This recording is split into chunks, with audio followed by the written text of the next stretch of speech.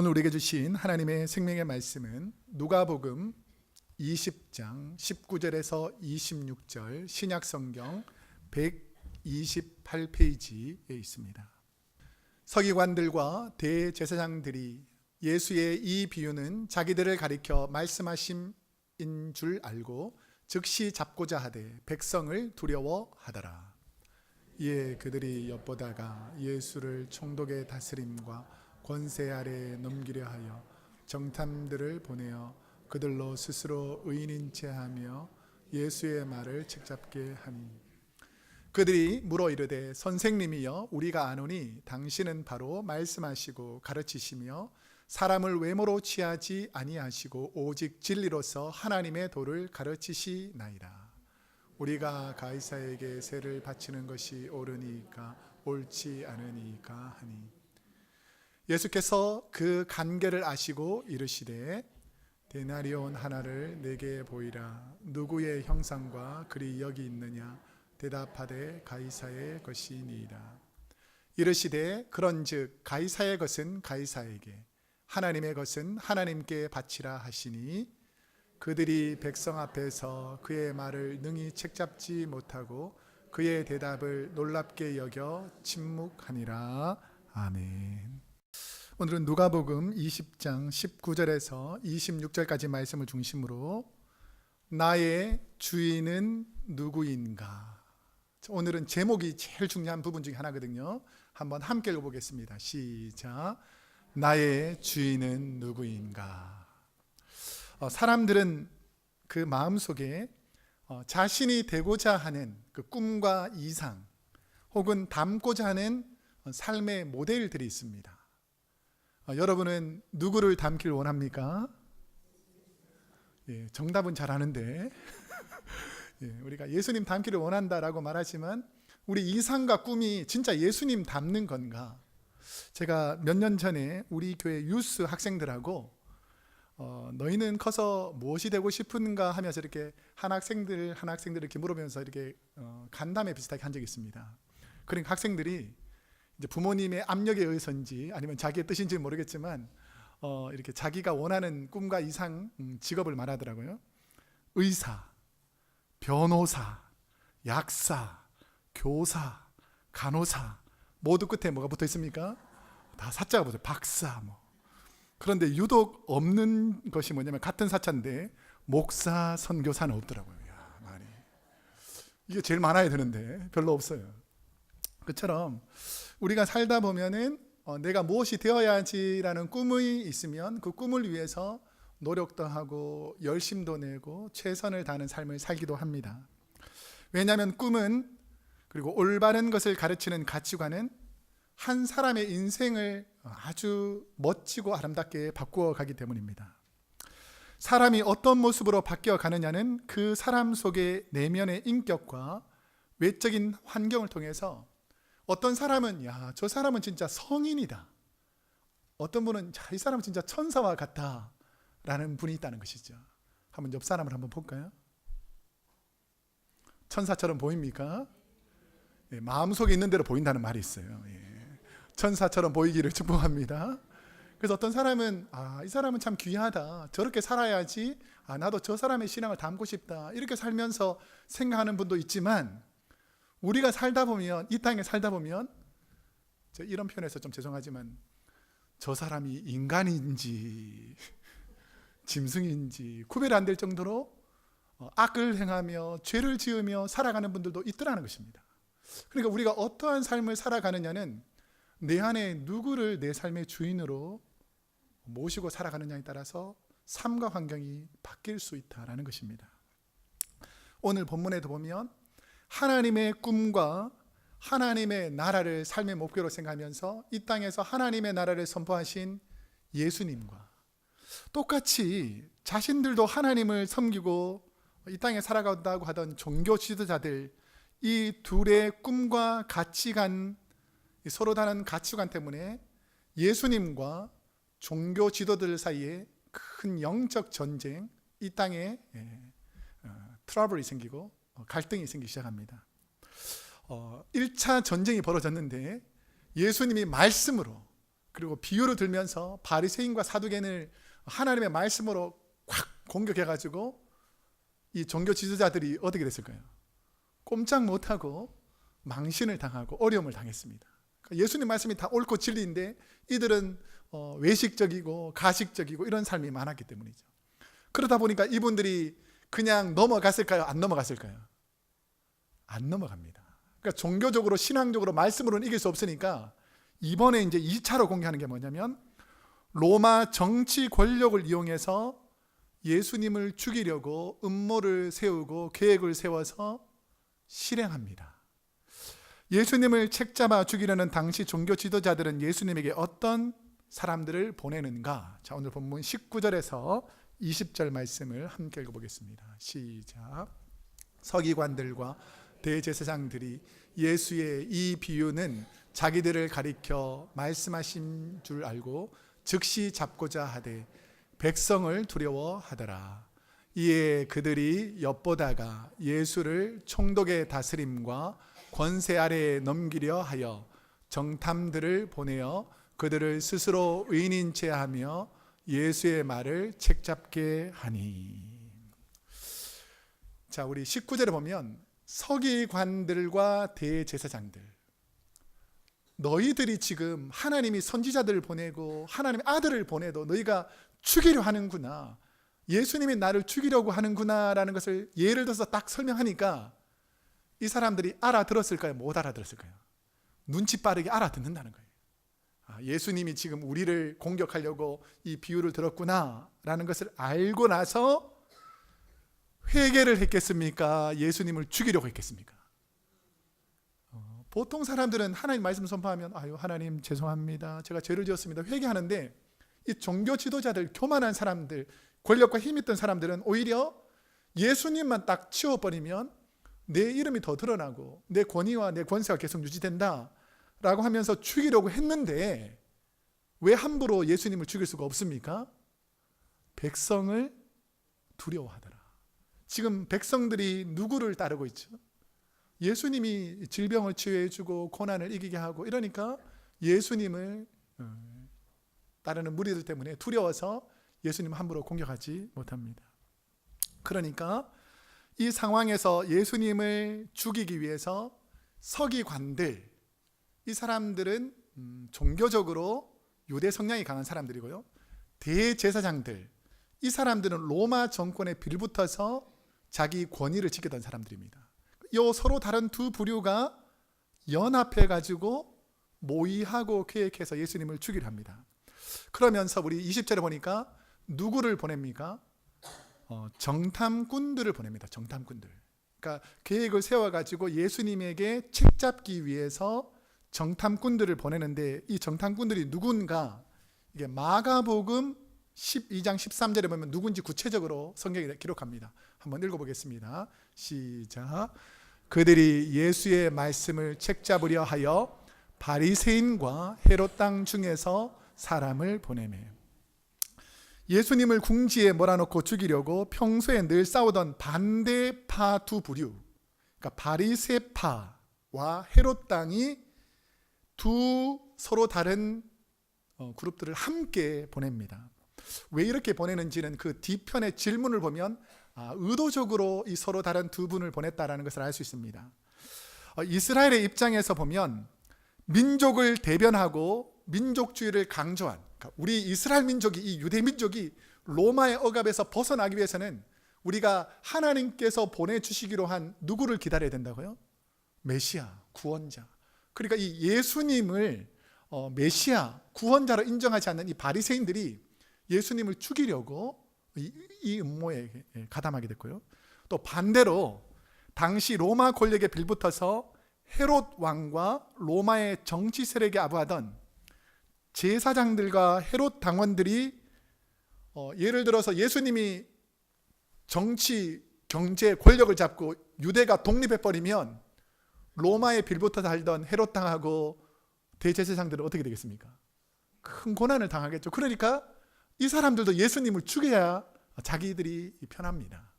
그 이전에는 대제사장 계보가 아론부터 시작하는데 대제사장들은 누구만 될 수 있었냐면 아론의 자손들 중에서 레위 지파들 그 자손들만 됐습니다. 근데 이 로마 시대는 그게 아니고 로마 정권에 협력하는 사람들을 대제사장으로 삼았다 보니까 원래는 대제사장이 그해 몇 명인 줄 아세요? 한 명밖에 안 있게 되어 있습니다. 근데 이 본문에 보면 대제사장들이라는 거예요. 그러니까 로마에 아부하는 이런 사람들을 대제사장으로 세워가지고 종교인을 이용해서 로마가 유대를 통치하고 있었던 것입니다. 자, 그런데 본문에 보면 책 잡게 하니 라고 되어 있는데요, 책 잡는다라는 뜻이 뭐냐면 덫을 놓아 잡는다라는 뜻입니다. 저와 여러분은 살면서 우리를 넘어뜨리려고 하는 마귀의 덫과 시험과 올무가 있겠습니까? 없겠습니까? 있죠. 우리 오늘 좋은 또 축복의 말을 한번 옆 사람에게 할 테니까 꼭 따라하세요. 옆 사람에게 시험 들지 맙시다 한번 할게요. 시작. 네. 그럼 이렇게 말씀하시죠. 들고 싶어 들겠습니까? 시험 들고 싶어서 드는 게 아니고 마귀가 덫을 놓는 거죠. 그러니까 마귀가 덫을 넣어서 딱 잡으니까 시험에 걸리는 겁니다. 그러니까 지금 이 바리새파, 이 헤롯 당, 이 사람들도 예수님 때문에 자기들이 시험 들어가지고 오히려 마귀의 종로로 타면서 예수님을 죽이려고 하는 것이죠. 그래서 마치 덫에 걸린 짐승들이 꼼짝 못하듯 그 문제에 갇혀서 숨도 쉬기 힘들 정도로 고통하며 힘들게 하려고 지금 예수님을 탁 몰아붙이려고 하는 겁니다. 바리새인과 헤롯 당원들이 예수님을 잡기 위해서 묻는 질문은 무엇인가? 이거는 이 사람들이 연구해가지고 이렇게 질문하면 예수님을 정식으로 딱 잡겠다라고 생각하면서 질문을 가져오죠. 21절 한번 읽어보겠습니다. 시작. 그들이 물어 이르되 선생님이여 우리가 아노니 당신은 바로 말씀하시고 가르치시며 사람을 외모로 취하지 아니하시고 오직 진리로서 하나님의 도를 가르치시나이다. 유대 종교 지도자들이 놓은 덫, 올무는 예수님을 정치적인 올무에 걸기 위해서 예수님을 유대인을 해방시킬 당신이 메시아 아닙니까? 당신이 하나님 말씀 가르쳐서 이 고통 중에 있는 유대인들을 이 로마에서 벗어나게 하기 위해서 오신 것 아니겠습니까? 라고 유대 성향으로 정치적으로 확 몰아요, 예수님을. 그러면서 온갖 아부와 아첨을 하면서 당신은 하나님의 도를 잘 가르치시는 멋진 선생님 아닙니까? 라고 하는 이유가 있습니다. 사람에게 용기를 주고 힘을 주는 격려와 칭찬과 자신의 목적을 이루기 위해서 아부하고 아첨하는 것은 다릅니다. 마귀의 특징은 속이고 거짓말하는 자라고 성경을 소개하는데, 여러분 제가 예를 들어 볼게요. 사탕을 처음 먹으면 달콤하잖아요. 달콤하다고 사탕만 계속 먹으면 이빨이 어떻게 됩니까? 썩어서 우리가 이빨의 기능을 못 하잖아요. 칭찬이나 격려도 이게 변질되어서 아첨으로 계속 받아들이고 이걸 좋아하게 되면 사탕을 좋아하듯이 계속 사탕만 물고 있으면 이빨이 다 썩어버리듯이 내게 칭찬해주는 소리, 내게 아부하는 소리만 좋아하는 사람들은 결국 이것 때문에 영혼이 다 무너져 버리고 마는 거죠. 이 세상 사람들이 이렇게 잘 넘어지니까 지금 이 바리새인들과 대제사장들이 보낸 정탐꾼들이 예수님께 이렇게 아부성 발언을 하고 있습니다. 당시 종교 지도자들이 예수님을 확실히 잡기 위해서 준비해 온 질문이 무엇인가? 자, 이제 22절 말씀, 22절. 자, 이제 핵심되는 질문입니다. 이 질문을 통해서 이제 예수님을 이제 딱 넘어뜨리려고 하는 거예요. 읽어보겠습니다. 시작. 우리가 가이사에게 세를 바치는 것이 옳으니까 옳지 않으니까 하니. 가이사, 원어 발음은 가이사르, 영어식 발음은 시저라고 하는데요. 이 불린 명칭은 당시 로마 황제를 부르는 호칭인데, 당시 로마의 가이사는 최고 권력층인 황제의 위치에 있는 게 아니라 그 위치도 가지고 있지만 로마 사람들에게 황제는 신이다라고 가르쳤어요. 신이다. 황제를 뭐로 생각했다고요? 신이라고 생각합니다. 그러니까 예수님을 올무에 잡기 위해서 당시 신으로 여겨졌던 로마의 황제에게 바치는 세금에 관한 질문을 하는 것이죠. 당신의 주인이 하나님인가? 당신의 주인 신이 가이사인가에 관한 질문하고 아주 흡사합니다.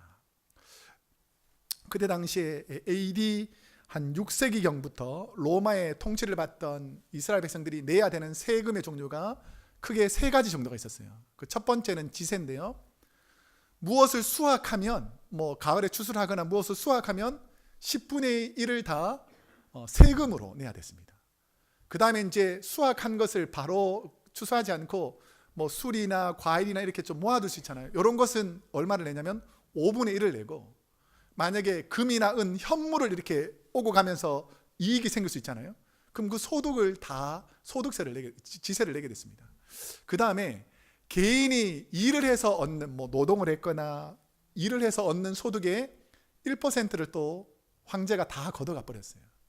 그 다음에 인두세라 그래서 남자는 14살부터 25살까지, 여자는 12살부터 65세까지 다 이렇게 인두세라 그래서 돈을 다 걷어갔습니다. 만약 예수님이, 자 이제 질문으로 다시 돌아가세요. 만약 예수님이 가이사에게 세금을 바쳐야 한다 라고 만약에 말하면, 가이사에게 세금을 바쳐야 된다 라고 말하면, 첩자들이 두 그룹이 있다 그랬잖아요. 바리새파하고 헤롯당. 그러니까 이 왜 두 그룹을 보냈냐면, 이 세금을 로마 정권에 바쳐야 된다 라고 하면 바리새인들이 바짝 일어나 가지고 우리 민족 지도자가 될 사람이 어떻게 이 돈을 로마 정권에다가 드릴 수 있냐. 만약에 이 세금을 로마 제국에 바치면 국고로 들어가서 로마가 다른 나라를 정복하고 우리 이 남유다 이스라엘을 계속해서 공격할 텐데, 너 지금 세금을 가이사에게 바치라는 것은 우리를 배신하는 것이냐? 라고 예수님을 바리새인들이 바로 공격할 수 있는 올무가 있었어요. 하나. 그 다음에 만약에 예수님께서 가이사에게 세금을 내지 마라, 그러면 누가 바짝 일어날까요? 당시 로마 정권에 빌붙어 살던 대제사장이 보낸 헤롯 땅들, 헤롯의 수하들, 이 사람들은 로마를 따르던 무리들인 헤롯 땅인데, 이 사실을 알고 만약에 세금을 바치지 마라 그랬던 것을 식민지 유대 청년 예수가 식민지인 유대 백성들에게 세금을 내지 않도록 선동한다라는 내란죄가 적용되어서 로마인들에게 잡혀갈 그런, 완벽하게 예수님을 잡을 수 있는 올무, 덫을 만들었다라고 생각하고 이 문제를 가지고 온 겁니다. 우리가 살다 보면 어느 둘 중에 하나를 선택하면 어려움에 빠지는 질문들이 있어요. 여러분도 아마 다 들어보셨을 거고 어릴 적부터 계속 했을 건데, 발달 심리학에 보면 어린 자녀에게 엄마 아빠가 딱 앉아가지고 자녀를 부르는 거예요. 불러가지고 묻는 말이 있죠. 뭐 물어봅니까? 엄마가 좋아? 아빠가 좋아? 둘 중에 하나를 선택하면 어떻게 될까요? 다른 분으로부터 엄청난 핍박과 고난이 올 걸 알기 때문에 애들이 자라면서 제일 스트레스 받는 질문이 뭔지 아세요?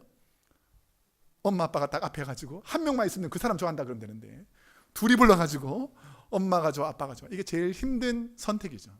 이게 되게 힘들어합니다. 그 다음에 이 남편의 입장에서 보면, 남편이 골프 운동을 너무 좋아하는데 내일처럼 할러데이가 낀 날에 오랜만에 1년 360 열심히 일하다가 할러데이 며칠 없잖아요.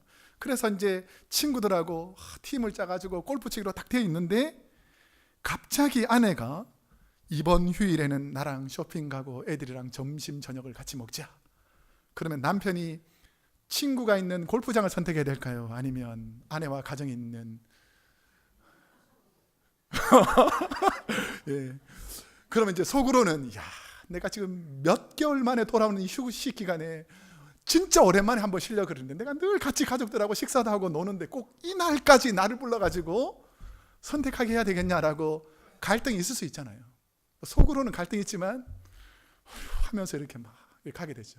그처럼 선택하기 힘든 상황들이 많이 있습니다. 저에게도 가정에 대해서 누군가가 질문하게 되면 제가 대답하기 참 힘든 대답이 있어요. 제가 그 설교 시간에 가끔씩 저희 어머니를 사랑하기 때문에 설교 시간에 많이 말하는데, 사랑으로 길러준 어머니가 좋으세요? 아니면 목사님을 너무 사랑하는 사모님이 좋으세요? 라고 물으면 제가 누구라고 대답할 것 같습니까? 묻지를 마세요. 묻지를. 그러니까 이런 것을 자꾸 묻다 보면 내가 한쪽을 말하면 다른 쪽이 어떻게 되겠습니까? 상처가 되겠죠. 그러니까 이런 올무를 가지고 공격하는 질문들이 참 좋지 않은 질문이죠. 근데 예수님께 이 사람들 이런 질문을 가지고 왔습니다. 예수님을 죽이려던 계획을 아신 주님이 무엇을 가져오라고 하시는가? 자, 이제 예수님께서 하시는 오늘 본문에서 이제 진짜 중요한 말씀이 시작됩니다. 이 서론 부분에서 시작된 것에서 예수님이 말씀하시는 23절부터 24절 한번 함께 읽어보겠습니다. 시작. 예수께서 그 간계를 아시고 이르시되 데나리온 하나를 내게 보이라. 누구의 형상과 글이 여기 있느냐? 대답하되 가이사의 것이니이다. 그 당시 사용하던 화폐는 크게 세 가지였는데 금과 은과 동으로 동전을 만들어서 화폐를 사용했습니다. 우리가 성경에 보면 과부가 드렸던 돈 중에서 두렙돈 기억나세요? 두렙돈? 그러니까 과부가 부자하고 비유하면서 예수님께서 두렙돈을 이렇게 탁 넣었을 때 땡그랑하고 소리가 났다 그랬잖아요. 그거는 제일 낮은 화폐의 단위인 동으로 만들었어요. 동. 근데 오늘 본문에 나오는 이 데나리온, 이것은 은전입니다. 은전. 그러니까 오늘날로 따지면 지폐처럼 제일 많이 유통해서 쓰는 것이 은전이고요. 그 다음에 이제 좀 비싼 값어치가 있는 것이 은과 금으로 만든 달란트. 우리 달란트 비유 들어보셨죠? 그러니까 달란트가 제일 비싼 화폐 단위예요. 그러니까 이 은전, 데나리온은 누구나 다 가지고 있는 돈입니다. 누구나. 자, 그러니까 예수님께서 갑자기 뭐 데나리온 하나를 가져와 봐라. 그러니까 바로 딱 꺼낼 수 있는 것이 모든 사람이 뭐 1달러라든지 뭐 달러를 가지고 있는 것처럼 그래 꺼내는 거예요. 자, 다시 그림을 보여주시면 그림에서 왼쪽 그림이 앞면이고요. 오른쪽 그림이 이 동전의 뒷면입니다. 데나리온. 그런데 이 왼쪽 그림 앞면에는 뭐가 새겨져 있냐면 가이사라 아구스투스 티베리우스라는 황제의 얼굴을 딱 찍어 놓는 거예요. 그러면서 이 은전에 박힌 이 황제가, 아까 가이사가 로마와 로마 식민지 사람들은 뭐로 생각한다 그랬습니까? 신이라고 생각하는 거예요. 이 물질이 신인 겁니다. 이 돈이 신인 거죠. 그러면서 황제 티베리우스 두상을 통해서 이게 신으로 섬겨라 라는 것입니다. 물질을 신으로 섬겨라. 네 주인이 물질이 가이사다.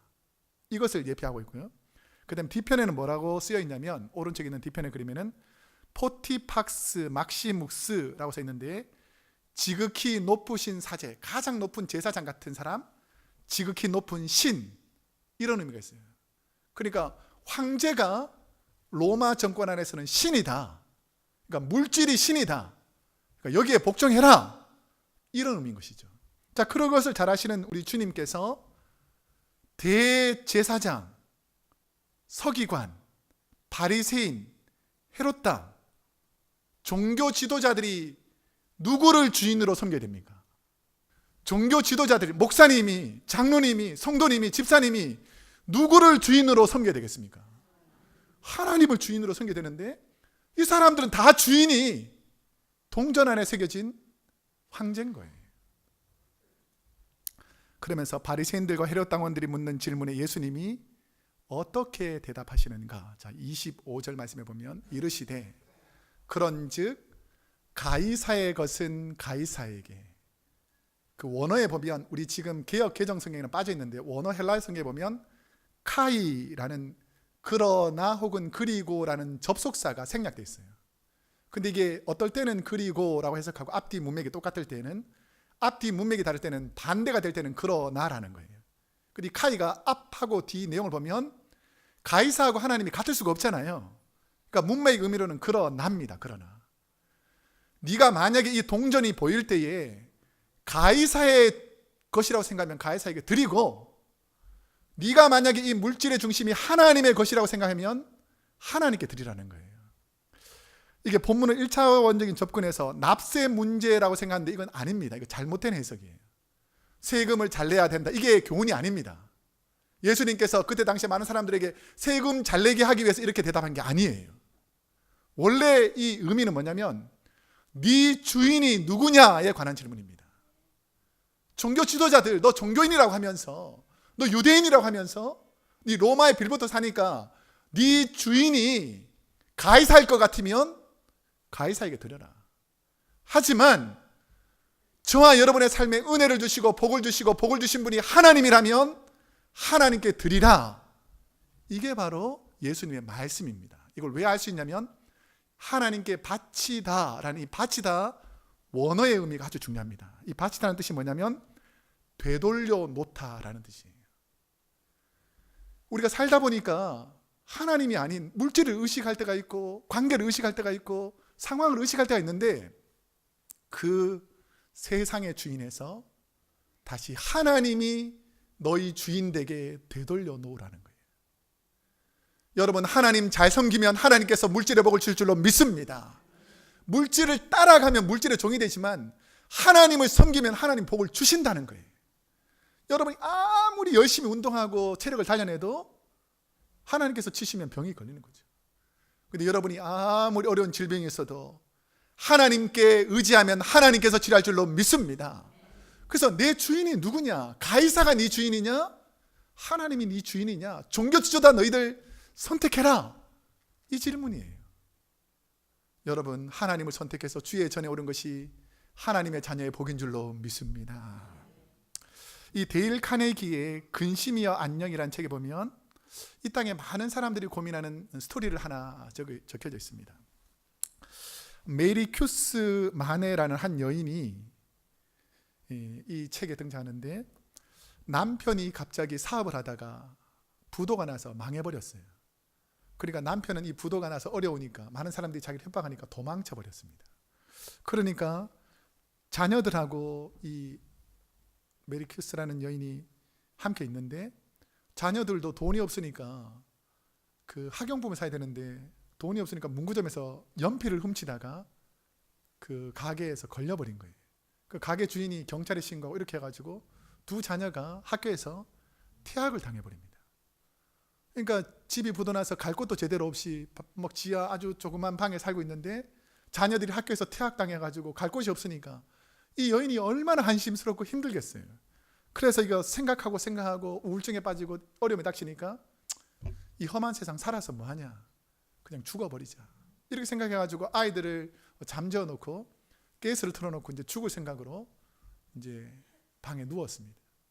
근데 갑자기 옆방에서 내 모든 시험 무거운 짐을 주 예수 앞에 아뢰면 근심에 쌓인 날 풀어주사 날 돌아보사 내 근심 모두 맡으시네. 이 찬송이 간절하게 불려지면서 하나님의 음성이 듣게 되니까 내가 이래서는 안 되겠구나. 그러면서 빨리 자녀들을 밖으로 내보내고 밸브를 잠겨서 다시 한번 생각해 봤습니다. 왜 죽을 생각을 하면서 기도할 생각을 하지 못했는가? 아이들을 밖으로 내보낸 다음에 무릎을 꿇고 기도하기 시작했고 눈물이 울컥 쏟아졌습니다.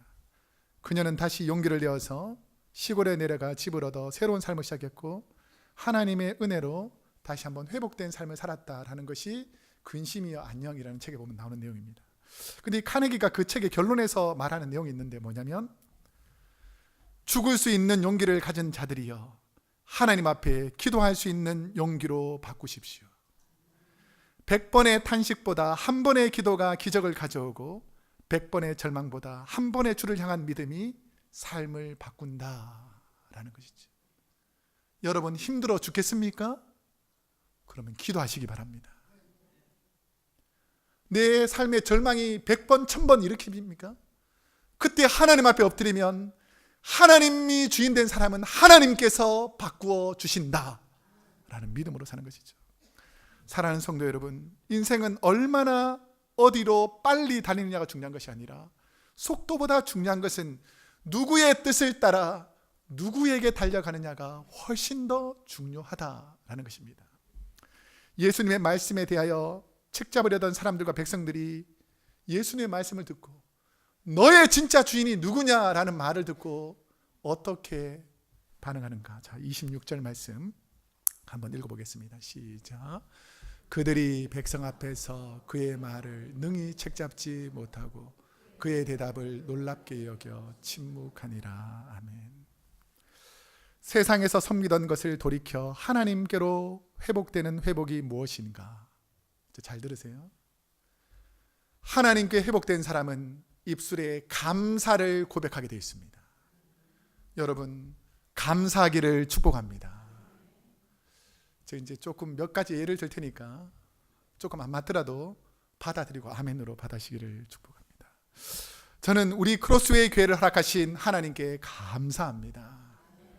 부족한 우리에게 이렇게 좋은 교회를 주시고 사랑하는 성도님들을 주시고 주일이 되면 자유롭게 하나님께 예배드릴 수 있는 공간을 주시고 또 식당에서 한국 음식을 마음껏 먹을 수 있고 원하면 언제든지 교회에 나와서 예배드릴 수 있는 하나님의 성전을 주신 것을 감사하기를 축복합니다.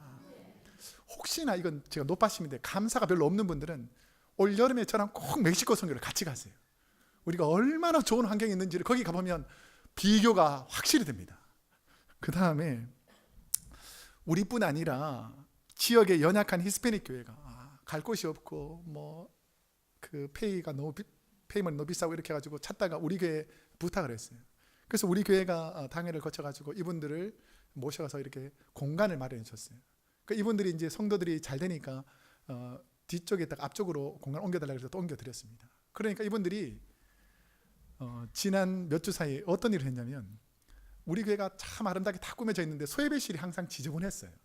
근데 이분들이 와가지고 모든 집기를 가운데로 다 모아서 이 소예배실 안을 우리 지금 점심 드는 그 소예배실 있잖아요. 깨끗하게 페인트를 다 칠해놓은 거예요. 또 무료로. 그것만도 감사했는데 그 강대산 앞에 나무로 막 몇 달치 그냥 가만히 있는데 이분들이 와서 카펫으로 다 깨끗하게 다 정리해 줬어요. 왜 그랬을까요? 사랑을 경험하고 감사하니까 감사함으로 페이백하는 겁니다. 여러분의 삶에 하나님께 받은 감사가 있기를 축복합니다. 감사가 있는 사람은 내 삶의 주인이 하나님이니까 감사하며 살게 되어 있다는 것이죠. 뿐만 아니라 우리 교회는 매주 토요일이 되면 지역에 있는 한글학교에 오는 학생들을 위해서 오픈합니다. 어떤 분들은 우리 교회인데 왜 그 사람들이 사용하냐, 불편하다, 힘들다 이렇게 말하지만 그게 선교고 그게 전도라면 우리가 힘들어도 해야 될 줄로 믿습니다. 그래서 선교하고 전도하는 일들이 일어나고 있어요. 그 다음에 우리가 God's Image라는 한 달에 한 번 정도 우리 교회를 토요일 오후에 와서 사용하는데 그 청년들, 그 자녀들이 얼마나 주님 앞에서 바로 서 있는지 모릅니다. 왜냐하면 이 사람들을 하나님이 주인되게 우리가 섬기고 감사를 베풀면 그들도 감사해서 하나님께로 돌아온다라는 것이죠. 이제 찔리는 얘기를 할 테니까 빨리 여러분 딱 듣고 결단하세요. 내가 최근에 한 달 동안 아무리 생각해도 옆 사람에게 밥 한 끼, 커피 한 잔 산 적이 없다면 회개하시기를 축복합니다. 아멘 하는 분이 대부분인데 밥 다 샀다는 겁니까? 다시 한번. 최근 한 달 동안 생각해서 옆 사람에게 그냥 옆에 있는 거 나눠주는 거 말고 내 돈 들여가지고 내 귀한 돈 들여가지고 밥 한 끼, 커피 한 적 산 분이 없다면 회개하시기를 축복합니다. 여러분 하셔야 돼요. 이 가이사가 새겨진 이 금같이 귀한 내 돈, 이 돈을 어떻게 쓸 수 있느냐 이렇게 생각하면 쓸 수 있는 게 없죠. 근데 여러분 잘 들으세요.